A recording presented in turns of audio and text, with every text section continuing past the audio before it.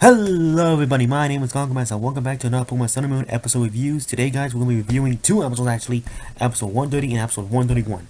The reason I didn't review it 130, some things came up and also my throat was getting kind of scuffy throughout the week, so I had to make sure, I had to not strain it for real. So yeah, that's a reason why there wasn't been a review or videos at all, except that live stream, which, meh. Also, I am in the process of getting to college, obviously, so that means my time on YouTube will be reduced, which is the bad news here. Well, it's bad because I won't have that much time to do content, which is odd because I had time. I'm just lazy. Anyways, but let's just get started with the episode title reviews. You're gonna hear a lot of coughing though, because I'm still trying to get over the throat thing. So. Yeah, also my headphones broke the other day, so I couldn't get new ones. I did get new ones, but they don't have a microphone. That's why you guys hear me like this. I know, it sucks, but I gotta do reviews, I gotta do my videos, so let's get started. 130. Alright, so this episode contains the full battle between Ash vs. Faba, Ilima vs. Guzma, Hal vs. Samson Oak, and Lana vs. Mallow, the highlight of the episode, or like the main focus of that episode. So, I'm going to go brief with this one, obviously, because this hasn't been out for a while, so I'm just going to go ahead and talk about the battles. Alright, so between Ash vs. Guzma, Ash vs. Faba, I don't like it. There you go, I don't like it. The reason I don't like it is because, one, Ash was going to use Pikachu before the fight, but no, Faba decided to use Hypnosis and bring out Meltan, because he thought Meltan was weak. And that brings me to another issue I have with this. I don't like how Faba got weak with cheating. I don't even like Faba to begin with. Like I don't like how Sun was been trying to redeem Faba after he literally almost did the most. He literally tried to erase Lily's memory. So to me, it's like, why are we still trying to redeem this guy? This guy is not redeemable at all, and him doing this is just a crappy way to do it. Also, how did no one in the league, in the staters, spectators, the Kahunas, Kakui, not notice that moment? You mean to tell me they just thought Melton just wanted to fight? Really? Fine, whatever. It was convenient though how he ate the it's a little, what? I think it's called the pendulum, I think, yeah. So, there you go. That battle was just meh. And I don't really like that battle for them, mostly because Ash was going to use Pikachu. And to me, I'm getting kind of sick and tired of seeing Pikachu hog up all the attention. I'm getting, like, I like Pikachu. It's my favorite Pokemon until Sword and Shield comes out, until a little rabbit Pokemon comes in their way. But I'm getting sick and tired of Pikachu taking up all the spotlight. Honestly, that's an issue I had with Carlos 2 back in the early seasons, up to Batch 3. I felt like Pikachu was a hog there, but it cooled down. Here though, I feel like it's getting more and more of a hog when it comes to battles. And honestly, that's kind of bothering me for real, because most of Ash's Pokemon isn't even fully evolved. But whatever. Anyways, we roll on to the next fight. It's Ilima vs. Guzma, and this battle I actually like. This is actually my favorite battle of this entire episode. So what ends up happening is that Ilima wants to make evolving Kangaskhan into a Mega Kangaskhan. We actually get to see Kangaskhan fight in the anime. We actually get to, not only this is the first time we see a Kangaskhan fight, but a Mega Kangaskhan at that. So that's already good in my book. I always liked Ilima to begin with, actually, to be honest. I always liked how it was interesting to see Ilima in the anime, to be honest, and seeing him fight Guzma was pretty interesting too. And Guzma's whole strategy to take on Ilima was actually pretty interesting too. What he ends up trying to do is that he winds up having Scizor get in front of the baby Kangaskhan, so that way the mother Kangaskhan doesn't attack, because it's its baby, it's her baby, so it obviously doesn't want to hurt it. And when it's let's go down, Scizor comes in for some attacks. What I thought, yeah, it's a sneaky move, but it's Guzma, so it's acceptable. Also, they even state like they don't approve of his battle tactics or his strategies to win. So I like that. I really like how Guzma will go any ways he can to like try to win the league. Like this reminds me of what happened in Dragon Ball. I didn't see much of the final tournament they had before the Dragon Ball Z series, but all I know is like Piccolo did stuff like this back when he was evil. So there you go. Guzma, to me, is pretty interesting in the sense of he'll go any ways he can to win the battles. So yeah, moving on after that, we go to Hal vs. Samson Oak, which I don't care, to be honest. I don't care for real. I don't really care for real. That's mostly because they didn't develop how to be a good rival for real. How to me felt like just like, oh, because we just have to put him in just because he's from the games. which to me, honestly, that's kind of dumb. That's kind of dumb how you didn't give how this much development. And yeah, I know the reason why though is because the actor, the voice actor for apparently Hal's voice actor in Japan was like busy with a bigger project. But it's like if you guys knew that, why didn't you guys just recast Hal? I know why they couldn't recast because in Japan the voice actors they take the voice actors serious, so I understand that. But it's like, sorry, but it's like to me it's like I understand voice actors in Japan like they take them to a big degree, like they are really serious when it comes to their actors, voice actors over there. Unlike here in America, where we literally got squad from Farraga Taylor to Zaran Achini, and yeah, anyways. But it's like, I don't know, like, it felt to me they could have planned ahead if this was gonna happen, like if they knew. But I don't know. It's kind of dumb though. I still think it's kind of dumb how they got a single grain of development. So yeah, I don't really care, okay? I don't really care for this battle. And now let's get on to the big episode, the big fight. Mallow vs. Lana. So, Lana wins. I'm gonna say that right now. Lana wins, and I'll be honest, I don't really like how she won. The reason I don't like how she won is because Mallow didn't really put up that much of a fight for real. Even before they fought, she was getting really nervous, which was already a bad sign for what was gonna happen. And during the entire battle, Mallow did not even land a single hit up to the point where she was going to return. She returns Sarina, and Sarina like literally keeps her out of the ball, going like, "No, I want to fight. I want to go all out." And they do have a nice moment, but to me, it doesn't really feel impactful for real, because it's like you weren't even trying Mallow for real, and because of that, you lost. I felt like Mallow actually like buckled down and actually tried something. She was still lost, but she still would have given Lana a good fight. But I don't know. It's like that battle to me is just like it's an okay battle, but to me it doesn't feel like Lana had a struggle. To me, it doesn't feel like she had a struggle, and that's upsetting because Lana's my favorite character. I'm actually rooting for Lana to win the league, even though I already know she's not gonna win the league. So to me, to see her doing like this doesn't make me feel like Lana's giving her all if the opponent's not gonna give it their all for real. And what's sad too, I hate this. This is Lana's last win in the league, unfortunately. So it's like to me, it's like, well, okay, fine, whatever. And not only that, Mallow's whole dilemma, to me, I don't get it for real. I don't understand why this had to happen for real. I guess the idea is like she doesn't want to take on a friend for real, but then again it's like what it tells me too though is that this is the first time they actually get a battle. The first time we get to see a fight. We were supposed to see a fight, but instead we had to focus on a freaking Ash vs. Kiari fight, which by the way I'm glad they're not gonna fight in this league entirely. I'm glad for that. Because I don't care for the rivalry anymore. I don't really care for Kiari that much for real. Well, I actually still do. I just don't want him to fight Ash anymore for real. So there you go. That's how I feel about this fight. It was still a good fight. It was nicely animated, I guess. But if Mallow wasn't giving Lana a run for money, it was one-sided from the beginning. Yet she had an advantage with a grass type Pokemon. But whatever. Anyways, we move on to episode 131, I think, and we start things off when Sophocles getting kind of nervous because he's about to battle Mina, because apparently Mina's like this OP ass trainer, apparently, but I guess the idea is like he's just nervous to fight in an arena. So they wind up starting to fight, and their fight was actually pretty decent. I will say it's pretty decent. I always like the aerial battles because they get to do crazy tactics with the 3D camera and stuff like that. I don't think none of that was really utilized here though. Like if anything, this was just like a bug predator chasing after its bug prey type deal. Which, fine, whatever. Anyways, Rabomi does get some good hits in, but Sophocles winds up winning. I honestly don't understand why Sophocles had to win for real. Because in the fact that he's not really...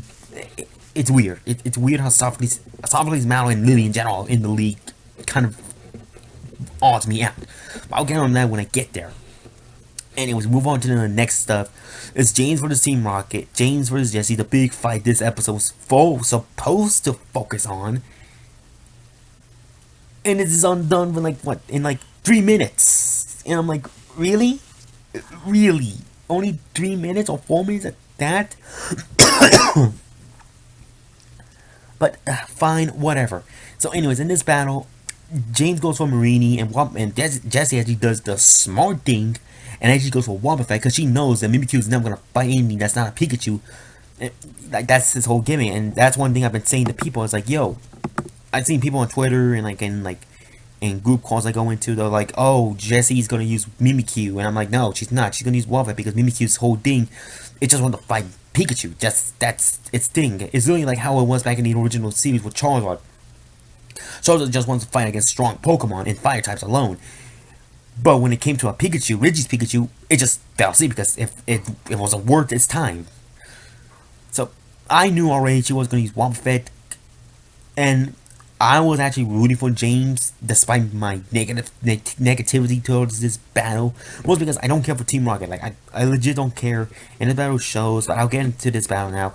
So they already agreed that Jessica was gonna win the fight. They were gonna win the fight. That's what they agreed on. And there was even like a little daydream she had of her winning the league, even though that's never gonna happen. So what ends up happening is that James tells Marie to use pokeani, and counter happens with Wobbuffet. And James was like, yo, just go down, just take forever. Marie doesn't want to. Wants to go down. It wants to go ahead, give it an its gone. And this is actually kind of interesting, to be honest. And I will say this was actually kind of interesting. What Marini does is that it keeps on shooting spike cannon up to the point where Wobbuffet couldn't handle it anymore and winds up losing. Now, I just thought this was a pretty interesting strategy because it kind of reminds me of what happens in Smash Bros. Where when you use the protect spear thing to avoid hits, that spear thing goes lower and lower and lower until it breaks. That's literally what Marini did. She literally broke the counter or miracle, whatever you want to call it, up to the point and defeats Wobbuffet like that, which I will give props to that. I will give credit to that. I always like James more, so seeing him win this actually makes me kind of glad to see that happen. Jesse, though, I don't care. I'll be honest, I don't care. Alright?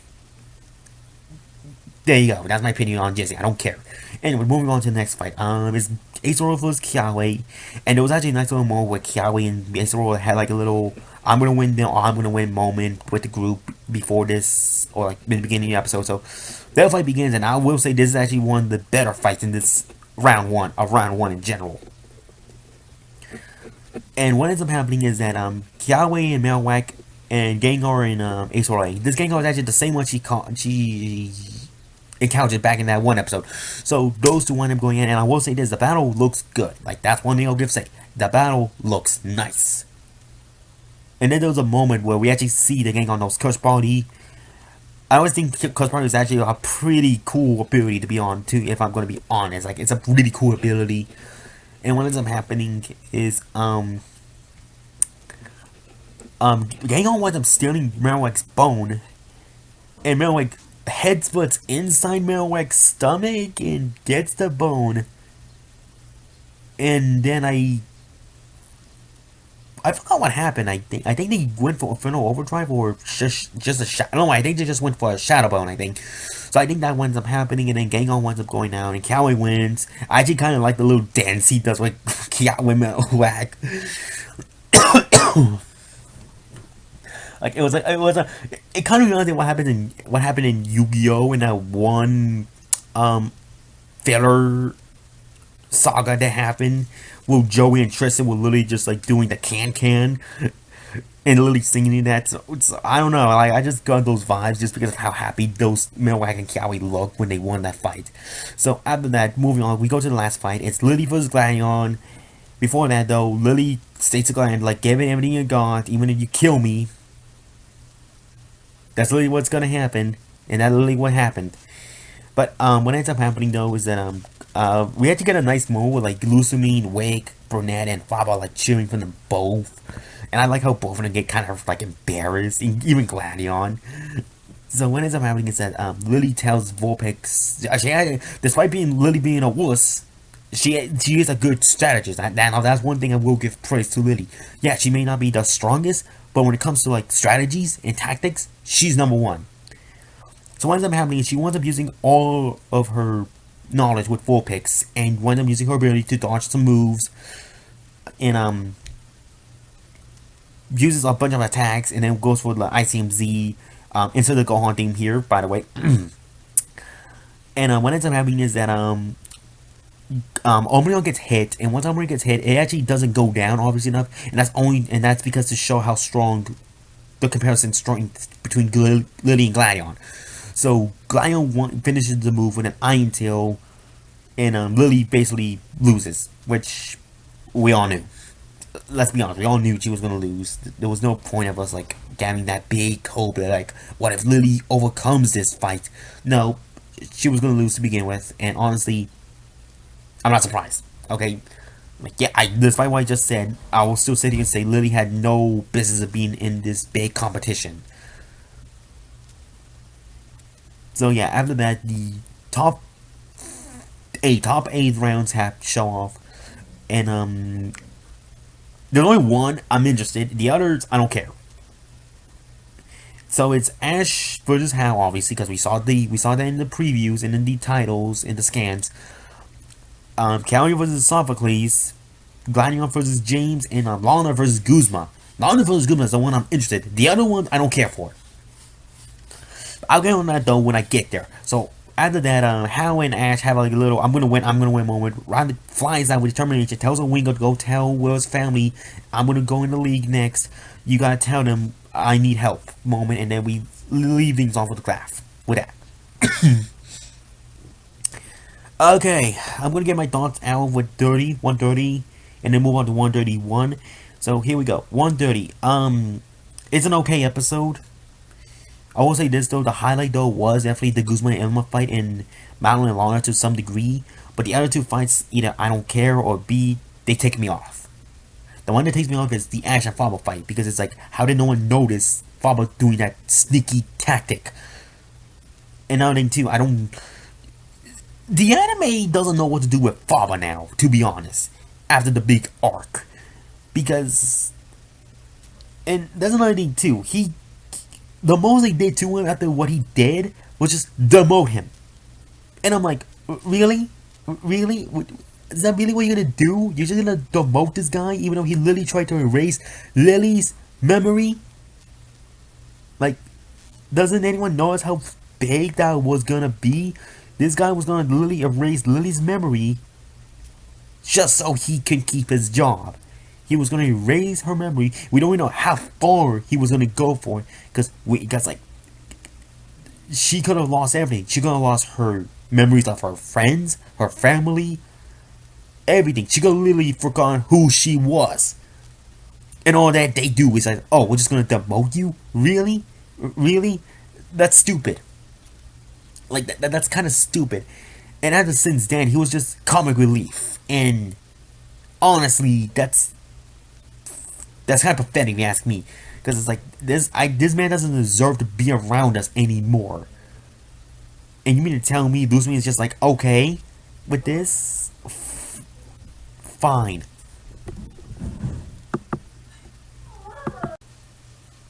But regardless of Fama's battle, I pretty much I don't have much more to say about that fight. I already said before, Fama's battle take me off, and overall, I just don't really like Fama nowadays, and I didn't really like him before the battle begun. I've always said this before, and I'll say this again. I still say it's kind of ridiculous how they're not, Fama isn't punished more severe than what he tried to do. But moving on to the next stuff, the Hell stuff, there's not much to say for you. If you ask me, the writers should have been better off not putting in Hell in this show. It feels to me like they only did this just because like he's the main rival in the games. Which, yeah, that is true. They always put the rivals in the game. But here's the thing though. There have been occasions where like in games, they now put the game rivals in the anime. Like for example, in Ruby and Sapphire, they didn't put Wally in the show. Or Silver, but I think technically Silver was Paul. But Paul came to Diamond Pearl. And then later in Best Wishes, Charon never appeared at all. He did appear, but he was in his Black Tomb design. So yeah, I don't really understand why they brought in Hal. If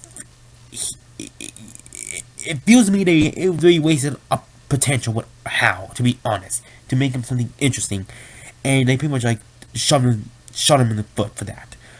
Honestly, I will admit this. At least Cameron from Best Wishes had more development than Hal. Because at least when Ash and Cameron fought, I felt something. When Ash and Hal are gonna duke it out, I'm not gonna feel anything because I don't really care much for the character, for real. And the sad part is, I prefer Cameron over Hal. And that's only because Cameron at least got some personality, got some character growth with him earning his 8th badge and learning that he wants to become Pokemon champion. That's obviously like versing from Ash becoming a Pokemon master. But you get my drift. I will say this though, the Hal and Ilma fight was good. I mean, Guzman and Ilma, that was a good fight. I will say that. And as for Mal and Alana, it's a whatever fight to me personally. It didn't live up to my expectations, to be honest. And unfortunately, that's pretty much what some of them has been to me at least. Like some of the fights don't go up to my expectations, or like when I have my low expectations, they actually surprise me. So I don't know. Anyways, moving on to like my thoughts on like episode 31, I think. Those fights, Team Rocket, I don't care. There you go. But I do like how James beat Jesse by that strategy he did try to do. Like he just chipped away, which fine, whatever. As for Softly's Amina, there was little to know I can say. All I can say is good animation, I guess. That's all I can say though, for real, for that fight. Unfortunately. As for Kiawe and was actually a pretty good fight. I will say that. It was a pretty well done anime fight. It was a well fought. The both Pokemon gave it their all, so I'll give praises that. As for Lily though and Gladion, there was no point. There you go. There was no point for that fight to begin with. Yeah, it is fine for Lily Grove to show how far she came, but I felt like we could have done all of this in a separate tournament arc. That's not the league, and that's what kind of bugged me here. Is that it's an interesting concept, putting all of our friends, all of the groups together in this tournament. Here's the issue: it's the league, and that's kind of what been bugging me since the league's begun. Oh, we got confirmation that anyone can compete. Because I knew we were getting a bunch of like weaker opponents in this league, and the weaker opponents are ones we know. But there's like, I know the results though. Why are they in here though? Yeah, yes, I know they're here to have fun, to see how strong they are. But still, it kind of rubbed me the wrong way. Was like, people want Lily to win, even though I hate it. There was literally no, I don't know, to be honest, anymore. Anyways, moving on though, the rounds though, like I said before, Lana vs. Guzman that I care about. Hal and Ash, there's little I can say about that. Softly's and Kiawe, don't care. And James vs. Gladion, I don't know who's gonna have all of these fights. We know who's gonna win. But I'm least interested in the Lana and Guzman fight. Ash and Hal, honestly, I don't really care for Hal, for real. To be honest, I always said it before, I prefer Cameron over Hal. And if you make a character, if I'm liking Cameron over a character, you know you've done something wrong. You know you've done something wrong. If that's the case. If I'm liking Cameron development over this development of Hal.